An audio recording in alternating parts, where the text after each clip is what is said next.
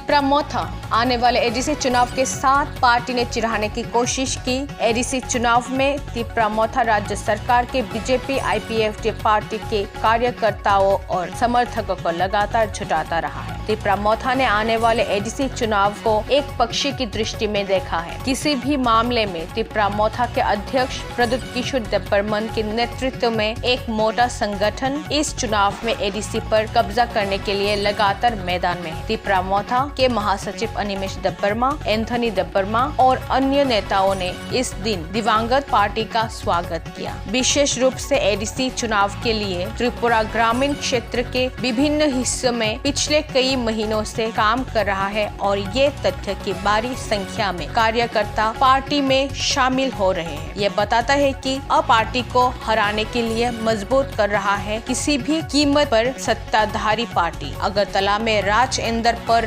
दत्त प्राप्त करने के बाद उन्होंने मीडिया का सामना किया।